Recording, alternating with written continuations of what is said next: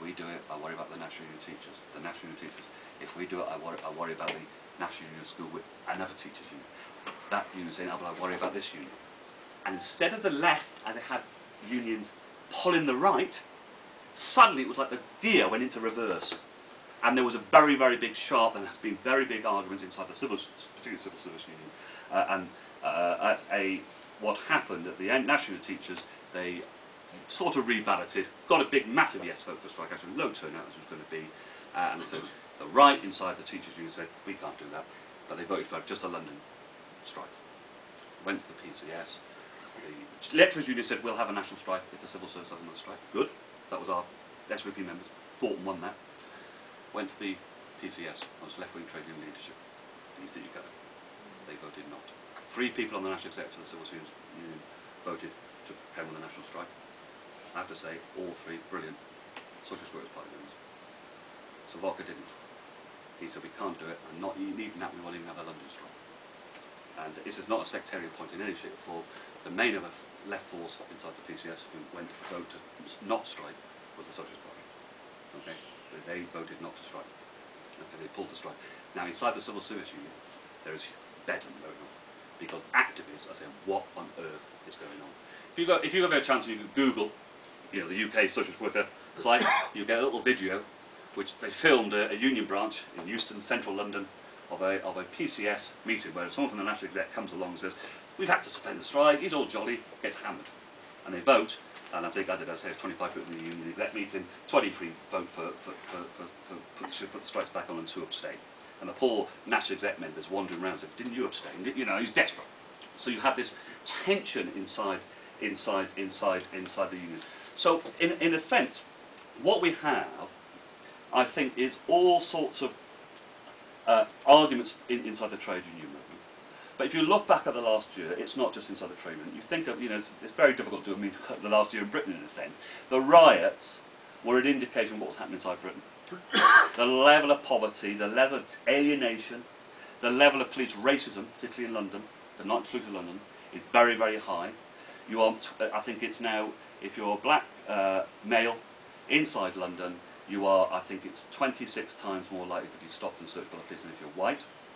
There's a chap called Lee Jasper, people probably all know him, who's quite a well-to-do, middle-class black radical in London, and he came to a meeting in Bristol, and he said, my son, who would not be living on the front line, right, has been stopped and searched by the police. He's got no criminal record, I think it was 24 times in the last 2 months.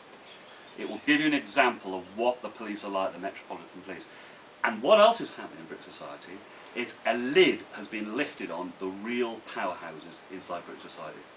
How things are really done. You're told Parliament runs society, you're told it's all, particularly Britain, it's a liberal tradition, and we like fair play, cricket, and and everything's done in a nice debate and that sort of thing. One of the things that happened was the Murdoch scandal. The exposure of what the Murdoch press got up to, obviously about the phone tapping, but much more significant, I think, than just the phone tapping, horrible as that was their connections with the Metropolitan Police. The way in which they met together, drunk together, ate together, probably slept together, right?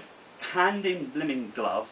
The way in which the real powerhouses inside British society are tied in with these corporations. The way in which the Tory party, and it has to be said, Blair's government, are absolutely intertwined with the Murdoch, empire, shocked a lot of people. The extent of people had a hunch that things weren't all right in the garden, but there was a real shock about how things are. And one of the problems the Tories had was from the whole Thatcher, particularly major years, the sleaze that engulfed those governments, the corruption, these are, what do you call it, cash for questions. You're a rich person, you go to a Tory MP, ask a question, here's 10 grand and put it in your, it was rife. And Cameron tried to say, none of that anymore, we're not going to do that anymore, and he was making a big play that I'm a moral upstanding citizen, and of course then, funny enough, I think it was sort of Murdoch's revenge. The Sunday Times is owned by Murdoch, right? And they get hammered, and they're being fed up. So they fair enough, they take a secret camera and pretend to be a multi-billionaire, whatever it is, and get the chief produce, the chief fundraiser for the Tory party, and they said, what can we do? He said you can join I think it was the Premier Division of Donations. Premier Division. 250 grand. 250 grand, and what do you get out? Well, you certainly get dinner with David, and Mrs. Cameron. You get that, get a bit of policy review, we'll sort things out. Right, and that's a big political crisis. That's a very, very large political crisis. It breathing that in people's mind, the sleaze, where real power lies, the corruption, the level of, you know, that the rich get away, you know, there's a deep, deep anger in British society. Very, very deep anger that is taking place. And in that sense, there is a political radicalisation taking place. I'll only make, you know, I'm going to wind up soon, honestly. Last Friday, 3 a.m. in the morning, I was tucked up in bed. It was such a shocker, because I thought this was going to happen, I would have certainly stayed up to watch it. There was a by-election in Bradford, where the bus road was. And I woke up in the morning, and my partner said, do you know what? George Galloway, I'm taking everyone to the old George Galloway, and we've got our differences with George, you know, to be blunt. George Galloway has won the by-election with a 10,000 majority. And I said to my partner, no. On the internet, he has. 10,000 majority. 10,000. It was a rock-solid Labour seat. Labour are in opposition, and they can't hold it. And for all the talk, all the details, Bradford is a big Muslim that seat. The Labour candidate was quite a well-to-do, well-connected Muslim guy, Pakistani guy. You know, George is not. The Afghan war was a big issue. There isn't a massive street anti-war movement anymore in Britain, but the Afghan war is back politically with a bit of a vengeance. The sense that this is a disaster is now widely held by people in a way in which it was much harder. It's shifted. So that was an issue, but I don't believe George Galloway could shift a 5,000 majority for Labour to a 10,000 majority for him.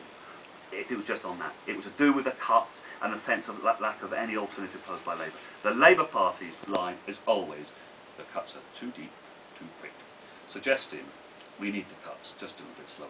You know, as someone said on the telly, isn't it just, you know, how many lashes you're going to have over what period of time? That's a very sort of question time you put the Labour on it. So Labour are absolutely at sea over the question of posing an alternative to austerity. And therefore, there's a big gap on it.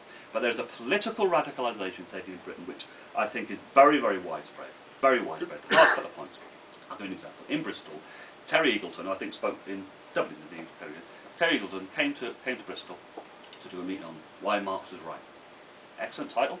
400 people turned up. 400 people turned up. We had Tariq Ali about a month before. 600 people turned up. It's hardly advertised. You know. So you have this political radicalisation that one of the problems for us, and I'll leave it on this, is that radicalisation doesn't automatically come to revolutionary socialism. It hasn't. There's quite a current of what we call autonomism. Right? It's a sort of semi-anarchist is too strong, but a sense of distrust of political organisations, of just the movement's enough. And actually the left, there's all the takers of Stalinism and what happened, and we don't want to repeat that. So there's lots of debates taking place, huge debates taking place. But I'll just be honest, I think for the SWP in Britain, I think we've done fantastically well when it comes to the industrial struggle. You know, our comrades on the Lecturers' Union all voted to put the strikes back on. They did it inside the NUT, led the fight to win a vote there, were absolutely crucial, and the only three people to vote for back on in the SWP members. I think it's very, very important that, you know, we should be very, very proud of that. And I think we've played a very role in lots of anti-cuts movements, and there's all sorts of things kicking off. I'm sure it's the same in Ireland, isn't it? This is getting closed, that's getting closed, and you're getting resistance left, right and centre. You know, this pocket, that pocket. It's trying to bring those together. And one of the things we've initiated in Britain is Unite the Resistance, which is particularly around the trade unions, of trying to build the confidence of rank and file workers, getting the contacts, getting the networks back together. It's rebuilding something which has been dead for a long, long time. And that's not an easy process. But I don't think the level of crisis in British capitalism and the level of assault, you know, this isn't going to go away. You know, whatever happens to the pension struggle, there's going to be other struggles. Would I want the pension struggle back on? Absolutely. And it's not a given that it's not going to. But the union leaderships, they are so, I'm talking about the leaders, they are so miserable, these people. They're the most miserable people you can imagine.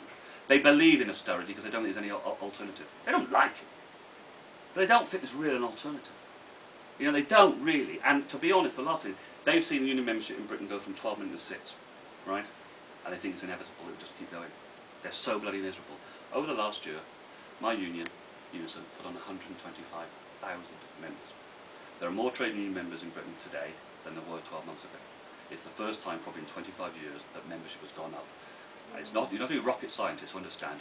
You call the demonstration, you bail a one-day strike, and you get huge response from people wanting to join the union because it wants to fight. So there's all sorts of debates and stuff. And I think, you know, the FWP and revolutionary socialist ideas are absolutely vital in that, not just about organising resistance, but providing a political alternative to the crisis of capitalism, and that's what we need to do. So, thanks very much.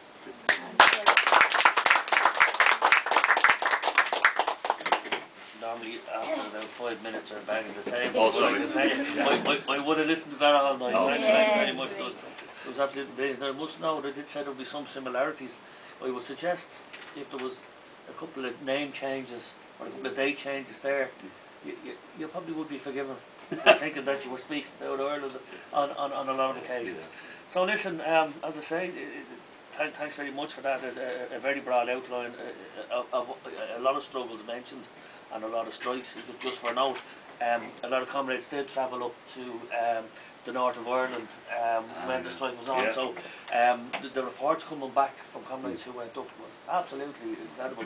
The feeling that they gave and the support the strikes and the organisation of the strikes was absolutely tremendous. So just we are aware of that struggle.